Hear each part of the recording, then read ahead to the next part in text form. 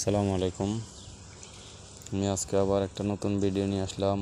আমি আগে যে ভিডিওটা দিছিলাম আমাদের ফুটিং ডালার পরে, আলহামদুলিল্লাহ আজকে আমাদের গতকালকে এবং আজকে আমাদের কাজ এতটুকু হয়েছে।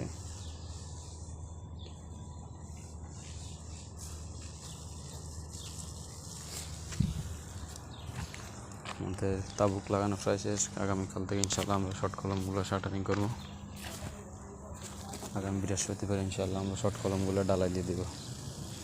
আমাদের এই দুই বিল্ডিংয়ে 38টার মতো কলম আছে, ওরা ইনশাল্লাহ একদিনে হয়ে যাবে।